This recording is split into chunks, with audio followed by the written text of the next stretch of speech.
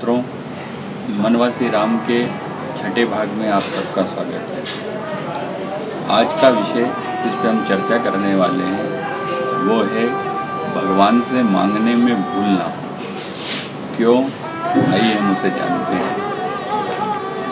जैसे जैसे भक्ति में हम लोगों का स्तर बढ़ता जाता है वैसे वैसे भक्ति में परीक्षा और कठिन होती जाती है। भक्त को भक्ति की परीक्षा तो सदा चलती ही रहती है। एक परीक्षा में सफल हो गए तो थोड़े समय में फिर दूसरी परीक्षा होगी, दूसरे में सफल हो गए तो फिर तीसरी होगी। कैसे? जैसे विद्यार्थी जीवन में जब हम छोटे थे तो पहली कक्षा में 3 माह की परीक्षा, फिर 6 माह की परीक्षा, फिर 12 माह की परीक्षा, और जब उस कक्षा में सफल हो गए तो दूसरी कक्षा में जाते हैं। दूसरी कक्षा में भी फिर वही क्रम, 3 माह की परीक्षा, 6 माह, 12 माह, जब वहाँ सफल हो गए तो हम तीसरी कक्षा में जाते हैं। ये क्रम निरंतर चलता रहता है। और जब किसी व्यक्ति को और अधिक पढ़ना हो तो वो स्कूल से निकलकर कॉलेज में जाता है। तो कॉलेज में अलग अलग विषयों की कठिन परीक्षाओं में बैठता है और उन्हें उत्तीर्ण करता है। कई लोग डॉक्टर और इंजीनियर बन जाते हैं, उसके बाद भी आगे पढ़ते रहते हैं क्योंकि उन्हें उच्च और श्रेष्ठ डिग्री प्राप्त करना होती है। उसी प्रकार भक्ति में भी निरंतर परीक्षा चलती रहती है और उस भक्त को जिसे श्रेष्ठ भक्त का पद प्राप्त करना हो उसे निरंतर परीक्षा देनी रहती है। कई लोग ऐसे भी होते हैं जो दूसरी और 5वीं पढ़कर भी छोड़ देते हैं, लेकिन जिसको जीवन में सफलता की लगन हो वो निरंतर परीक्षा देता है। वो हारने पर थकता नहीं, डरता नहीं। एक बार हार जाता है तो फिर आगे तैयारी के साथ बैठता है और सफल होता है। वैसे ही भक्ति में भी है। जैसे जैसे भक्त अपनी भक्ति में आगे बढ़ता है उसकी परीक्षा बढ़ती है। हम लोग काम, क्रोध, लोभ, मोह, मत्सर ऐसे आदि विकारों में उलझे रहते हैं, लेकिन जब साधना के बल पर, भक्ति के आधार पर आगे बढ़ते हैं और एक एक विषय से अलिप्त होते जाते हैं, तब भगवान हमारे सामने उसी विषय में जिसमें हम अलिप्त हैं उसकी परीक्षा की एक रचना बनाता है। जैसे हम मान लें कि हम लोग लोभ से दूर हो गए, जिसके मन में ये विचार आए कि अब हमारे मन में लोभ नहीं रहा, तो भगवान थोड़े ही समय में उसके सामने एक ऐसी परिस्थिति की रचना करेंगे कि उसके अंदर लोभ जागृत हो। उस समय उस साधक को, उस भक्त को ऐसा करना चाहिए कि जिससे वो उस प्रलोभन में ना आए और सावधानी पूर्वक भक्ति के मार्ग पर चलता रहे। जैसे किसी व्यक्ति के मन में लगे कि हम क्रोध से अलिप्त हो गए हैं, तो भगवान थोड़े समय में उसके आगे वैसी ही परिस्थिति का निर्माण कर देगा जिससे उसे क्रोध आए। यदि हम भगवान के भक्त हैं और ऐसी परिस्थिति जिसमें काम, क्रोध, लोभ, मोह हम पर हावी होने लगे, तो उस समय हम पहले विचार करें। और विचार क्या करें? यह विचार करें कि इस परिस्थिति में भगवान हमसे क्या चाहते हैं, और जो भगवान हमसे चाहते हैं वो ग्रंथों ने हमें समझाया है। जब हमें किसी की बात पर क्रोध आए और हम उस पर क्रोध करने जाएं तो उसके पहले थोड़ा रुक कर विचार करें। विचार ये करें कि इस परिस्थिति में भगवान हमसे क्या चाहता है। भगवान हमसे ये चाहता है, भगवान ने हमें समझाया है कि मैं इस सृष्टि के कण कण में हूँ, मैं तुझ में हूँ, और तू जिस पे क्रोध कर रहा है मैं उसमें भी हूँ। तो जब ये बात हमें स्मरण होगी कि हम क्या भगवान पर क्रोध करें, तब हमारा क्रोध शांत हो जाएगा। जब कोई बुरा विचार हमारे मन में आए तो हम फिर विचार करें भगवान हमसे क्या चाहते हैं और उसका पालन करें। बुरा विचार आते ही मन में भगवान का स्मरण करें, क्योंकि जैसे ही आप भगवान का स्मरण करेंगे भगवान आपके अंदर आ जाएंगे, और भगवान जब आपके अंदर होंगे तो बुरे विचार बाहर चले जाएंगे, क्योंकि जहाँ शिव है वहाँ काम नहीं है और जहाँ काम है वहाँ शिव नहीं। भगवान अपने भक्त के ऐश्वर्य को बनाने के लिए भी कई बार ऐसी परिस्थितियों का निर्माण करते हैं, क्योंकि भगवान के लिए कहा जाता है भगवान परम क्रोध की प्रणचितकारी है। भगवान लीलामय हैं और शरणागत पालक हैं। वो अपने भक्त के लिए, उसके कल्याण के लिए ऐसी परीक्षाओं का निर्माण करते रहते हैं। नारद भगवान के परम भक्त हैं, नारायण नारायण जपने वाले हैं, लेकिन एक समय में नारद के मन में भी ये अभिमान हो गया कि अरे हमने काम पर विजय प्राप्त कर ली। तो वो अपनी इस काम विजय की पराक्रम को बताने के लिए शिव जी के पास गए। शिव जी ने अपना हितकारी, अपना भक्त जानकर नारद को एक सीख दी कि नारद, जो तुमने ये प्रसंग हमें सुनाया है वो क्षीर सागर निवासी भगवान को मत सुनाइएगा। लेकिन नारद को लगा, अरे शिव ने तो केवल काम को जय किया था, लेकिन हमने काम और क्रोध दोनों पर विजय प्राप्त कर ली, तो क्यों ना चलकर जाकर भगवान को सुनाया जाए।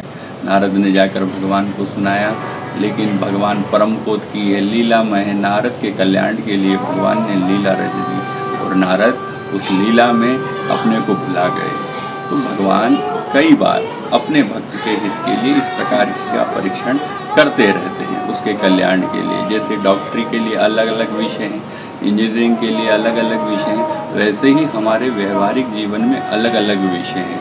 भगवान भक्त का परीक्षण उन विषयों के द्वारा करते रहते हैं। अब ये तो हमें समझ में आ गया कि भगवान भक्त की परीक्षा लेते हैं, लेकिन क्यों लेते हैं वो जानने का प्रयास करते हैं। भगवान ने जब नारद की परीक्षा ली तो नारद को लगा भगवान ने हमारी परीक्षा किस कारण से ली, ये जानना चाहिए। तो जब भगवान वनवास यात्रा में थे तो नारद जी भगवान से मिले और पूछा कि उस समय आपने मेरा विवाह क्यों नहीं होने दिया, क्या कारण था। तब भगवान ने नारद जी से कहा, नारद, आप मेरे स्वभाव को जानते हो, मेरे लिए मेरे भक्त को कुछ भी अदेय नहीं है। जन कहूँ कछु अदेय नहीं मोरे, अस विश्वास तजेऊ जनी भोरे। मेरे पास ऐसी कौन सी वस्तु मुझे ऐसी प्रिय है जो मैं मेरे भक्त को नहीं दे सकता, लेकिन एक वस्तु ऐसी भी है जिसे देते भगवान कंजूस बन जाते हैं, उसे देने में संकोच करते हैं, और वो वस्तु है भगवान की भक्ति। भगवान को भगवान की भक्ति बड़ी अनमोल है, वो अमूल्य है, उन्हें प्रिय है। और जब हमें कोई वस्तु अनमोल और अमूल्य होती है तो हम उसे किसी को देने का सोचते भी नहीं, उसे बड़ा संभाल के रखते हैं। उसी प्रकार भगवान जो हैं अपनी भक्ति बड़ी संकोचवश होकर किसी को देते हैं, क्योंकि ये भक्ति भगवान के पास पहुंचने का मार्ग है, ये चाबी है उनके घर की।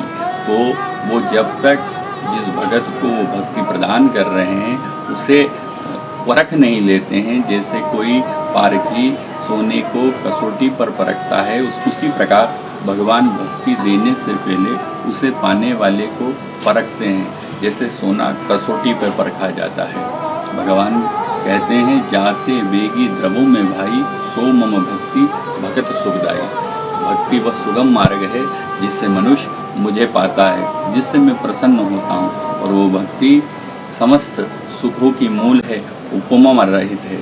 इसलिए इस भक्ति को देने के पहले भगवान जिसे दिया जा रहा है उसे परखते हैं। आइए हम इसे उदाहरण से समझने का प्रयास करते हैं। जब हम लोग किसी विवाह उत्सव में जाते हैं तो उस विवाह उत्सव में वहाँ उपस्थित वर वधू को अपने आशीर्वाद व भेंट स्वरूप शुभकामना देने के लिए कोई लिफाफा लेकर जाते हैं। और जब हम वहाँ पहुँचते हैं और ये देखते हैं कि वर वधू मंच पे नहीं है, और उस समय यदि आपको किसी और उत्सव में भी जाना हो और देर हो रही हो, तो हम विचार करते हैं कि हम किसी को अपना वो लिफाफा दे दें, जिससे हमारी शुभकामना स्वरूप ये लिफाफा वर वधू तक पहुँच जाइए। सोचिए, यदि उस विवाह उत्सव में 2000 लोग हों और 500 ऐसे लोग हों जो आपके परिचित हों, तब आप उन लोगों को देखते हैं और सोचते हैं कि ये हमारा लिफाफा हम किसको दें, सही व्यक्ति के हाथ में जाए, जिससे ये हमारी भेंट वर वधू तक पहुँच जाए। सामान्यतः हमारे लिफाफे में कितने रुपये होते हैं? 500, 1000, 200, 2000। सोचिए, जब हम 200-500 रुपये के लिफाफे में 500 व्यक्ति में से एक व्यक्ति चयन नहीं कर पाते हैं कि हम किसको लिफाफा दें, तो सोचिए भगवान अपनी भक्ति बिना परखे किसी को कैसे दे दे। भक्ति भगवान के घर की चाबी है, और चाबी किसी विश्वास पात्र को ही दी जाती है। हम एक और उदाहरण के माध्यम से इसको समझने का प्रयास करेंगे। भगवान अपने जनों को सब कुछ दे देते हैं, लेकिन भक्ति देने में संकोच करते हैं। इसलिए हमें हमारे किए गए सत्कर्म, पूजा, अनुष्ठान के बदले भगवान से यदि कुछ मांगना हो ना, तो उसमें भूल नहीं होना चाहिए। कैसे? किसी अध्यापक ने छात्रों को साल भर पढ़ाया, अपने अंदाजे से परीक्षा में आने वाले प्रश्नों के बारे में भी बताया, पहले से उनके उत्तर भी दे रखे हैं, लेकिन जब परीक्षक परीक्षा लेने आएगा तो परीक्षा में आने वाले प्रश्नों का उत्तर आपको देना होगा। और यदि आप उत्तर गलत भी देंगे तो वो अध्यापक जिसने आपको वर्ष भर पढ़ाया है वो वहाँ उपस्थित भी हो तो भी वो कुछ नहीं कर सकता। उसी प्रकार भगवान से मांगने का कार्य आप ही को करना पड़ेगा। सद्गुरु शास्त्र हमें समझाते हैं कि हमें भगवान से क्या मांगना है, लेकिन ये जो मांगने का कार्य है वो हमें ही करना पड़ता है। जैसे थर्मामीटर बुखार दिखाता है, मिटाता नहीं है, उसी प्रकार शास्त्र हमें मार्ग दिखाते हैं, लेकिन चलना हमको स्वयं को। इसलिए भगवान से मांगते समय भूल नहीं होना चाहिए। जितने भी महापुरुष कथाओं में हुए हैं उनके यदि वृतांतों को हम सुने तो हम देखेंगे कि जब भी भगवान ने उन पर प्रसन्न होकर यदि अपनी ओर से कुछ मांगने के लिए कहा है तो उन्होंने केवल भगवान से उनकी भक्ति मांगी है, उनके चरणों में प्रेम मांगा है। आपको स्मरण होगा जब हनुमान जी लंका में सीता जी की खोज कर आए, तब हनुमान जी को राम जी ने कहा, सुन सुत तो ही उड़न में नाही, देखऊं करी विचार मन माही। जब ऐसी बात राम जी ने की तब हनुमान जी उनके चरणों में गिर गए, लेकिन जब मांगने की बारी आई तो क्या कहा, हे नाथ आप मुझे अपनी अन्नपायनी भक्ति, निश्चल भक्ति दीजिए। जब भगवान वनवास यात्रा में थे तो जितने संत महात्मा मिले, भगवान ने अपनी ओर से प्रसन्नता स्वरूप उनसे जब मांगने को कुछ कहा और बदले में उनको ज्ञान, वैराग्य, सुख, ऐश्वर्य, संपत्ति दी, तब भक्तों ने देखा भगवान ने सब कुछ देने के लिए कहा लेकिन भक्ति देने के लिए नहीं कहा।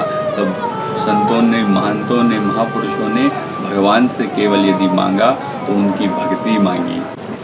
जब भगवान ने बाली को सुग्रीव के लिए वध किया तो बाली ने भगवान से प्रश्न किए, भगवान आपका जन्म धर्म के लिए हुआ है और आपने मुझे व्याधि की तरह मारा। तब भगवान ने बाली के प्रश्नों का उत्तर दिया और उत्तर देने के बाद जब बाली भगवान के शरणागत हो गया तो बाली से कहा, तुम तुम्हारे प्राणों को रखो, मैं इसे अभी अचल कर देता हूँ। लेकिन सुनकर बाली ने कहा, भगवान ऐसा मत करिए, आप मुझे जैसे अपने भक्तों पर कृपा करते हैं वैसी कृपा कीजिए और मुझे अचल प्राणों का वरदान न देते हुए मुझे भक्ति दीजिए। तो जब जब भक्त ने भगवान से कुछ मांगा है तो केवल भगवान से भक्ति मांगी है। इसलिए भक्त को मांगने में कभी भूल नहीं करना चाहिए। मित्रों, वनवासी राम में आज का विषय भगवान से मांगने में भूल ना हो, ये आपको कैसा लगा? आपकी भावना से हमें अवश्य अवगत कराइएगा। आज के लिए इतना ही। आगे फिर हम वनवासी राम के माध्यम से शीघ्र मिलेंगे।